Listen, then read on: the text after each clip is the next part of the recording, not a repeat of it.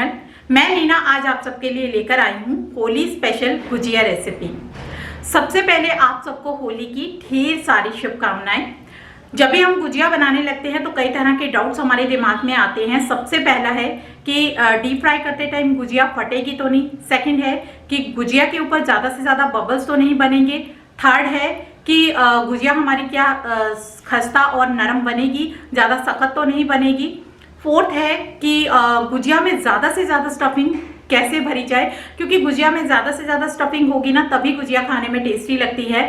और फिफ्थ है कि अगर गुजिया बनाते टाइम उसकी स्टफिंग बच जाए तो उसका रीयूज़ कैसे करें। और सिक्स्थ है कि अगर डो बच जाए तो उसका रीयूज़ कैसे करें। तो ये सारे डाउट्स क्लियर होने वाले हैं आपके इस वीडियो में, तो वीडियो को एंड तक ज़रूर देखिएगा और ज़्यादा से ज़्यादा फैमिली फ्रेंड्स में शेयर करिएगा वीडियो को, क्योंकि जो भी मार्केट से गुजिया लेकर के आते हैं और उनको ये सारी प्रॉब्लम्स आती हैं होममेड गुजिया बनाने में, तो वो भी इस तरीके से होममेड गुजिया आसानी से घर पर बना सके। और वीडियो पसंद आए तो लाइक शेयर जरूर करिएगा। तो चलिए स्टार्ट करें। गुजिया बनाने के लिए सबसे पहले मैं डो तैयार करने वाली हूँ। इसके लिए मैंने लिया है 250 ग्राम मैदा, आधा cup olive oil. Olive oil की जगह हम देसी घी भी ले सकते हैं। अब इस ऑलिव ऑयल को मैं मैदे में मिक्स कर लूंगी। मिक्स करने के बाद में अब हल्के हल्के हाथों से इसे हम मसल करके दोनों ही चीज़ों को आपस में मिक्स करेंगे। जितना बढ़िया तरीके से हम मसलेंगे उतना ही बढ़िया डो बनके तैयार होता है। तो आप देख सकते हैं मैंने 2 मिनट इन्हें आपस में मिक्स किया है और कितनी बढ़िया बाइंडिंग बनके तैयार हो रही है, ये देखिए। अब इसमें मैंने लगभग आधा कप ही पानी लिया है, आधे से भी हल्का कम ही है, ये 3 से 4 चम्मच कम ही है। तो अब ये पानी को मैं हल्का हल्का सा लगभग 2 से 3 चम्मच मिक्स करते हुए इस डो को गूंथ लूंगी। एक साथ हमें पानी को नहीं मिक्स करना है, अदरवाइज इसका डो ढीला हो जाएगा। तो देखिए मैंने थोड़ा थोड़ा पानी डालते हुए इस डो को भी गूंथ लिया है और पानी भी मेरा खत्म हो चुका है। अब आप देख सकते हैं ये जो डो है इसमें कई सारे क्रैक्स पड़े हुए हैं, दरारें दिख रही हैं, क्योंकि ये डो हमारा बिल्कुल स्मूथ नहीं है। तो ये एकदम से स्मूथ नहीं होता है। इसे लगभग हम 15 से 20 मिनट रख देंगे एक साइड। उसके बाद जब हम इसे मिक्स करेंगे तो फिर ये स्मूथ हो जाएगा। तो अब मैं इसे कवर करके रख देती हूँ और इसकी जो स्टफिंग है उसे हम तैयार करने वाले हैं। स्टफिंग तैयार करने के लिए मैंने फ्लेम ऑन करी है और इस पर रख दी है एक कढ़ाई। हमेशा हैवी बॉटम पैन ही का ही इस्तेमाल करिएगा, क्योंकि ये जो चीज़ें हम भूनने वाले हैं ये बहुत ही जल्दी से जलने के खतरे रहते हैं। तो अगर आप इतना जल्दी से चलाने के मिक्स करने के एक्सपर्ट नहीं हो तो आप हैवी बॉटम बर्तन का ही इस्तेमाल करें। इसमें मैंने बादाम और काजू लिए हैं और साथ में आधा चम्मच के आसपास ऑलिव ऑयल लिया है। इसमें मैं इन्हें कंटिन्यूसली चलाते हुए भून लूँगी। ड्राई फ्रूट्स बहुत ही जल्दी से जलने का खतरा रहता है, तो इस वजह से इन्हें कंटिन्यूसली चलाते हुए हमें लो फ्लेम पर ही भूनना है। और ये देखिए मैंने यहाँ पर इन्हें बढ़िया सा भून लिया है। और अब इसी ही सेम ही बर्तन में मैं सूजी भूनने वाली हूँ, क्योंकि ये ट्रेडिशनल जो गुजिया है हमारी, तो उसमें जो होता है ना, हमारी दादी नानी जब भी बनाया करते थे तो उसमें सूजी ज़रूर मिलाया करते थे। तो इसीलिए मैं ट्रेडिशनल तरीके से बना रही हूँ, तो सूजी को मिलाया है। आप चाहें तो अवॉइड भी कर सकते हैं। और अब ये मवा है इसे भी भून लिया है। मवे ने बिल्कुल अपना तेल छोड़ दिया है। अब इसी में ही मैं ये जो भुनी हुई सूजी है मिक्स कर लूँगी और अब इसे भी बढ़िया सा खोए के बीच में मिक्स कर लेना है। और मिक्स होने के बाद में अब जो ड्राई फ्रूट्स हैं इन्हें मैंने पल्स मोड पे पीस लिया था। अगर आपको ज़्यादा दरदरे रखने हो या फिर टुकड़ों में रखने हो तो आप इन्हें चॉप करके भी यूज़ कर सकते हैं, हल्के बारीक बारीक से काट करके टुकड़ों में। तो डिपेंड करता है टोटली फॉर योर टेस्ट, तो उस हिसाब से आप चीज़ें तैयार कर सकते हो। और बाकी इसमें मैंने किशमिश ले ली है और किशमिश के साथ ही मैं यहाँ पे ब्राउन शुगर ले रही हूँ। तो ये जो चीज़ें हैं ना, ब्राउन शुगर, किशमिश, ये जब हम गुजिया को डीप फ्राई करेंगे तब भी ये भुन जाएंगी। अगर हम इसे ज़्यादा भूनेंगे तो फिर ये गांठें पड़ना शुरू हो जाएंगी। तो मैंने अभी फ्लेम को बिल्कुल बंद कर दिया है। जो खोए की गर्मी है इसी में ही ये चीज़ें हल्की हल्की गर्म हो रही हैं, तो ज़्यादा इन्हें गर्म नहीं करना है। लास्ट में मैंने यहाँ पर जो कोकोनट है इसे ले लिया है। ये ग्रेटेड कोकोनट, जो सूखा वाला नारियल गोला होता है, उसी को ही मैंने ग्रेट कर लिया था बिल्कुल बारीक वाले ग्रेटर से। इसे भी मैं भूनने वाली नहीं हूँ, क्योंकि जब हम डीप फ्राई करेंगे गुजिया को तो उसी में ये हल्के हल्के भुन जाएंगे। ज़्यादा भुने हुए या ड्राई फ्रूट्स अगर हल्के भी ज़्यादा भुन जाए ना तो उसमें एक अजीब सी महक आने लग पड़ती है, तो इसलिए इन्हें ज़्यादा बिल्कुल भी नहीं भूनना है। और बस हमारी ये स्टफिंग बढ़िया सा बनके तैयार हो गई है। अब चलते हैं हम डो की तरफ। तो डो को रखे हुए मुझे लगभग 25 मिनट हो चुके हैं और अब मैं इस डो को देख लेती हूँ। तो ये देखिए जो डो है ये हमारा अभी भी उसी तरीके से क्रैक दिख रहे हैं। अब इसे हम मसल मसल के बिल्कुल स्मूथ कर लेंगे। तो लगभग 2 से 3 मिनट तक हम इसे मसलेंगे और 2 से 3 मिनट मसलने के बाद इस तरह से ये बिल्कुल स्मूथ हो गया है। अब गुजिया बनाने के लिए मैंने यहाँ पर देखिए स्लैब के ऊपर एक सिलिकॉन की शीट बिछा दी है और इस शीट के ऊपर मैं गुजिया को जल्दी से जल्दी बना पाऊंगी। ये शीट सीरियसली मेरे लिए बेहद यूजफुल है। पूरी बनानी हो या फिर गोलगप्पे बनाने हो या फिर गुजिया बनानी हो तो हम एक ही साथ में ज़्यादा एक ही टाइम पर बना सकते हैं। जब घर में कोई एक ही बंदा काम करने वाला हो तो वो यही चाहता है कि उसका काम जल्दी से जल्दी हो सके। ऐसे में एक एक लोई बनाऊंगी, उसको बेलूंगी तो मेरे लिए बहुत ज़्यादा टाइम कंज्यूमिंग हो जाएगा। तो इससे मेरा टाइम बहुत ज़्यादा सेव होने वाला है। तो इसमें मैं क्या करने वाली हूँ कि देखिए मैंने जो डो था उसे 2 पार्ट में डिवाइड कर दिया है। अब एक पार्ट में मैं इसकी जितनी चपाती बनती है उतनी मैं बनाऊंगी और बड़ी से बड़ी बना लूंगी और जो दूसरी है तो मैं 2 या 3 बार लगभग बनाऊंगी। तो आप सोच सकते हैं छोटी छोटी लोइयां बनाने में मेरा कितना ज़्यादा टाइम सेव हुआ है। तो इसी को ही मैं बेलन से बेल करके बिल्कुल फ्लैट बना लूंगी। देखिए मैंने ये इससे भी ज़्यादा मैं बड़ी बना सकती थी तो मैंने जबकि 2 पार्ट में डिवाइड किया, जबकि मैं एक ही पार्ट में भी पूरा चाहती तो बना सकती थी। तो अब यहाँ पर देखिए जितना मुझे जैसे पूरी जितनी बनानी हो, पूरी में भी ये टिप बेहद यूज़फुल है, मतलब ये मैट।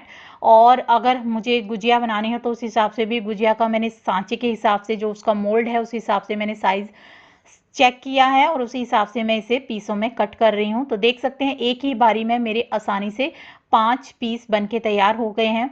तो है ना कितना यूज़फुल लगे ना तो लाइक ज़रूर करिएगा और लिंक इसका डिस्क्रिप्शन पर मैं दे दूंगी। और यहाँ पर जो मोल्ड है इसके ऊपर मैं इसे रखने वाली हूँ। अब यहाँ पर आप ध्यान दीजिएगा, गुजिया अगर आप बना रहे हो मेरी इस टिप्स को ध्यान दोगे तो आप भी बहुत ही बढ़िया सी फीलिंग कर पाओगे। सबसे पहले तो इसमें हमें जो ये पानी है इसे लगा देना है।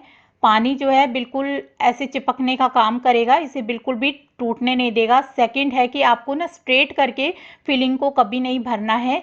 आपको जैसे हम सोफे की शेप में बैठने वाली सिटिंग एरिया होता है ना, उस हिसाब से हमें इसे सोफे की शेप देते हुए इसे इस तरह से मोल्ड के बीच में रखना है और तब हमें स्टफिंग को भरना है। इस तरीके से आप सीरियसली 1 नहीं 2 चम्मच स्टफिंग भर पाओगे। और ये चम्मच भी मेरा बड़ा वाला है तो आप सोच सकते हैं आप जनरली 1 ही चम्मच भर पाते होंगे, लेकिन इस तरीके से आप ज़्यादा से ज़्यादा स्टफिंग भर पाओगे। और नेक्स्ट है कि इसे जैसे ही हम मोल्ड को बंद करते हैं तो इसे टाइटली सा बंद करना है और टाइटली सा बंद करके जितना इसका साइड के किनारे हैं उन्हें हमें निकाल देना है। तो इस तरीके से आप भी गुजिया को बनाइएगा, ज़रूर ट्राई करिएगा। आगे भी आप टिप देखिए, मैं आगे भी बताने वाली हूँ। फिर इसे बिल्कुल टाइटली सा बंद कर देना है। जब एक बार हटाने के बाद में उसके बाद इसे निकालना है। निकालने के लिए आपको ना ऐसे करके रखना है सेंटर में और टेढ़ा करके नहीं निकालना है। अब यहाँ पर किनारे से भी नहीं निकालना है, सेंटर से भी नहीं निकालना है, इधर किनारे से भी नहीं निकालना है, हमें पीछे से निकालना है। और पीछे से भी ये देखिए इस तरीके से। बस इस तरीके से आपकी गुजिया कभी बड़ी ही आसानी से मोल्ड से निकल भी जाएगी और ज़्यादा से ज़्यादा स्टफिंग भी देखिए भर के आई है और कहीं से भी गुजिया फटी नहीं है। अब चलिए इसे हम डीप फ्राई कर लेते हैं। वीडियो ज़्यादा लंबी हो जानी थी तो मैंने आपको एक ही स्टेप में ही समझाने की कोशिश करी है।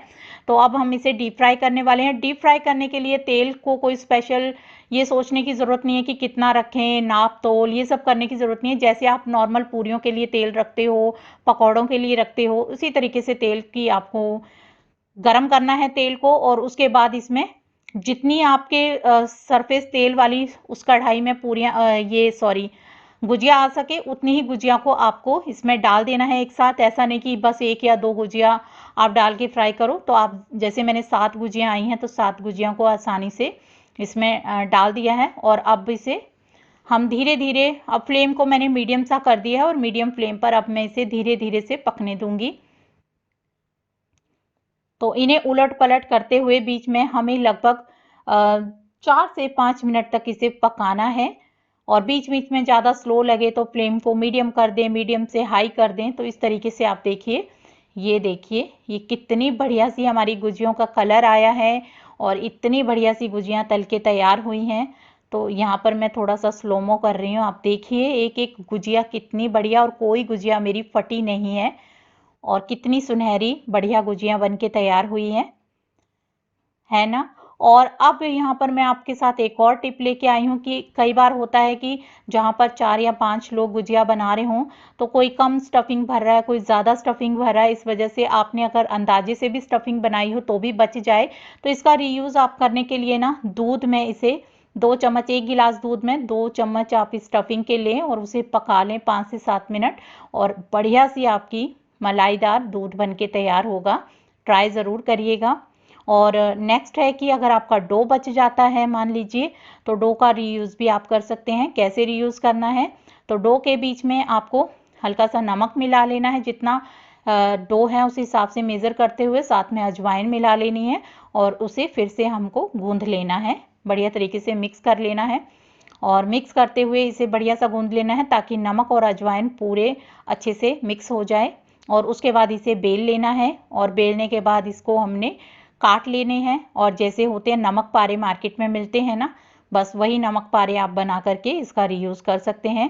ये देखिए कितने बढ़िया से नमक पारे बन गए हैं, और आप इन नमक पारों को चाय के साथ एंजॉय कर सकते हैं। तो हो गया ना कितना बढ़िया रीयूज़। जिस तरह से मैंने ये गुजिया बनाई है, आइए मैं आपको दिखाती हूँ कि इस गुजिया में खास बात क्या है। सबसे पहले है ये देखिए कितनी ज़्यादा ये करारी गुजिया है। करारी होने के साथ साथ में ये गुजिया बेहद खस्ता भी है, और खस्ता होने के साथ साथ में आप देख सकते हैं इस गुजिया की जो फीलिंग है वो इतनी ज़्यादा फीलिंग भरी हुई है। पूरी फीलिंग भरने के बावजूद भी ये गुजिया बिल्कुल भी फटी नहीं है, और ये सारी गुजिया में ज़्यादा से ज़्यादा फीलिंग भरी हुई है, क्योंकि गुजिया खाने का मज़ा तभी आता है जब इसमें ना फीलिंग ज़्यादा हो। तो मैंने इसमें भरपूर फीलिंग भरी हुई है, और अब मैं आपको दिखाती हूँ कि इसमें कितनी ज़्यादा फीलिंग है। और जब मैं इसे तोड़ूंगी ना, तो बिल्कुल भी आपको ऐसा नहीं लगेगा कि ये हार्ड है, इतनी ज़्यादा खस्ता और सॉफ्ट लगेगी। तो ये आप देख सकते हैं, आप अंदाज़ा लगा सकते हैं मेरे तोड़ने की तरीके से ही। ये देखिए, देखिए कितनी ज़्यादा इसमें स्टफिंग है, और इसमें जितनी ही ज़्यादा ये करारी टाइप की दिख रही है, करारी है भी है, लेकिन उतनी ही ज़्यादा ये खस्ता भी है। तो इस तरीके से अगर आप इस गुजिया रेसिपी को बनाओगे तो हर किसी को इम्प्रेस कर पाओगे। तो फ्रेंड्स, कैसी लगी ये गुजिया रेसिपी बताइएगा, और फैमिली फ्रेंड्स में शेयर ज़रूर करिएगा। पसंद आए तो वीडियो को लाइक शेयर करिएगा। तो मिलते हैं ऐसी नई मज़ेदार वीडियोज़ के साथ, तब तक के लिए बाय बाय, और आप सबको एक बार फिर से हैप्पी होली।